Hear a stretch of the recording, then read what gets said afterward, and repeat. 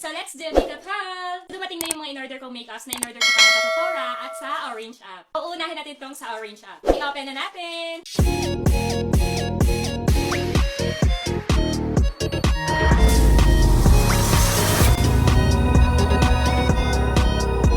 So let's do a makeup haul! Dumating na yung mga in-order kong makeups na in-order ko pa sa Sephora at sa Orange app. Uunahin natin itong sa Orange app. I-open na natin! So, may free silang tester na perfume. Ito yung mga in-order ko, mga YSL na blush. Yung binili kong shade is yung shade 93 at 87. Tapos dito naman sa YSL na cream, shade 66 at 44. Ayan siya. Ang ganda. Oh, ang ganda! Ay! So, ang ginagamit kong shade ng blush is yung parang may pagka-orange and pink. Syempre. Unboxing. Love you. Nag-order ulit ako ng YSL na blush. Tinry ko din yung Huda Beauty na mga blush. Kasi lagi kong nakikita dito sa TikTok na maganda daw tong blush na to. So, bumili na ako ulit ng shade na ganito kasi paubos na yung ganito kong shade. Shade 42, Baby Doll. Color pink din. Kasi ito naman yung mga shade na pinili ko sa Huda Beauty. So, more on pink din. Orange, gano'n. Oh, ang cute. Itatry ko to kung maganda ba talaga siya. So, ayan siya. So, next na naman. Next parcel na naman tayo. Ito parang road to ng mga blush. Ayan, order ako ng mga blush sa road. May free silang clips. Ano to? 20% off? Ah, may 20% off ako. Ito yung mga in-order kong shade. Sinerch ko talaga to kung ano yung mga magagandang shade na parang pink. So, ito yung mga napili ko. And yung parang orange din. Ano? Ito yung medyo orange. And Yes. medyo peach siya. Ito yung mga pink. Ibago na naman siyang itatambak. So, ito yung mga shade niya.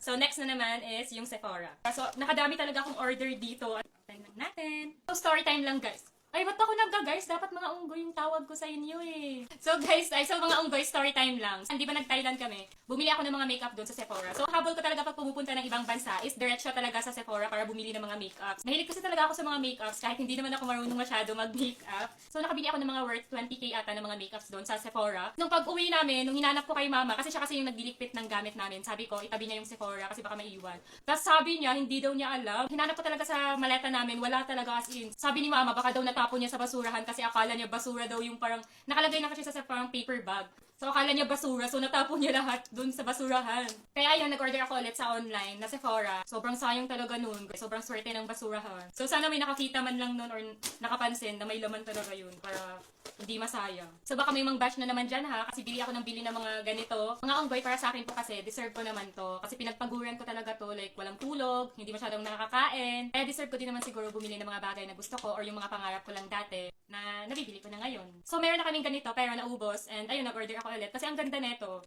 Etong tarte ba? Na corrector. Ayun siya lahat. So eto, itatry namin tong one size na setting spray. Kasi gusto ko kasi itry yung setting spray na parang hangin lang yung lumalabas. So, sana maganda to. And pink din yung packaging niya, kaya go natin yan kasi pink. Nag-order din ako nitong lip mask ng Patekta. Nag-order din ako ng Makeup by Mario na blush stick. Isang shade pa yung binili ko kasi itatry ko kung maganda siya. Uy! Hala! Bakit ganito? Order din ako nakaraan ng bronzer din. Tapos naging ganito din. Ang messy niya.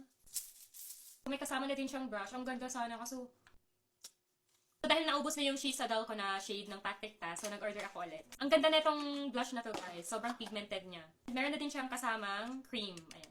Pink din. Puro pink. Next natin is itong mga Hourglass na brush. Hourglass yung ginagamit naming makeup brush. Actually, meron na kami na itong mga brush na to, pero bumili ako ng bago. Kasi madalas dinadala ni Sophia yung mga makeup brush namin. Kaya pag nagme-makeup ako dito sa bahay, wala akong magamit. Kaya nag-order na lang din ako. Para may maiwan dito na makeup brush sa bahay. Kasi ang ganda nito mga makeup brush na to. Medyo pricey lang siya, pero aabot na ng 5 years.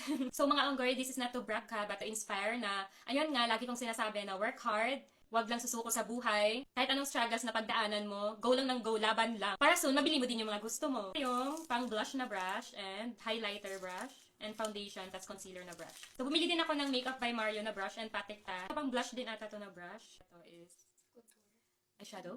Oh, ano to? Okay, yung pangkilay. Ano to? Bumili din pala ako ng cushion ng Laneige. So nakita ko lang din to dito sa TikTok. Nag-search kasi ako ng mga magagandang cushion. So ito yung nakita ko. Dalawa na? Dalawa na siya. Dalawa na pala siya. Wow! Color pink na maganda. Bumili din ako ng palette sa Anastasia, Beverly Hills. Madalas kasi yung ginagamit namin pang eyeshadow is color orange. Parang orange naman siya. Yan yung mga shades niya. Ito muna, Tarte. Isa to sa natapon sa basurahan dun sa Thailand. Highlighter. Mga highlighter siya. Bumili din ako ng, pangkilay lang namin to eh. Meron kasi siyang shade na pwede pangkilay. Eyeshadow din siya palette ng Pat Tic Tac. Ito, ayan. Ito yung ginagamit namin pangkilay. Tapos Or yung ito. iba, wala na. Wala Ano na. itapon? At ito naman is mga lip gloss. Makeup by Mario at Fenty Beauty. Gusto yung Mario mo. Oo, kaya nga. Ito naman, yung Fenty Beauty na lip gloss. So, yung binili ko is yung clear lang.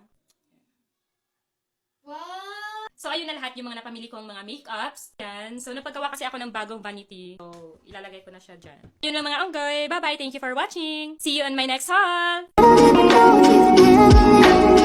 All I know is you can have it.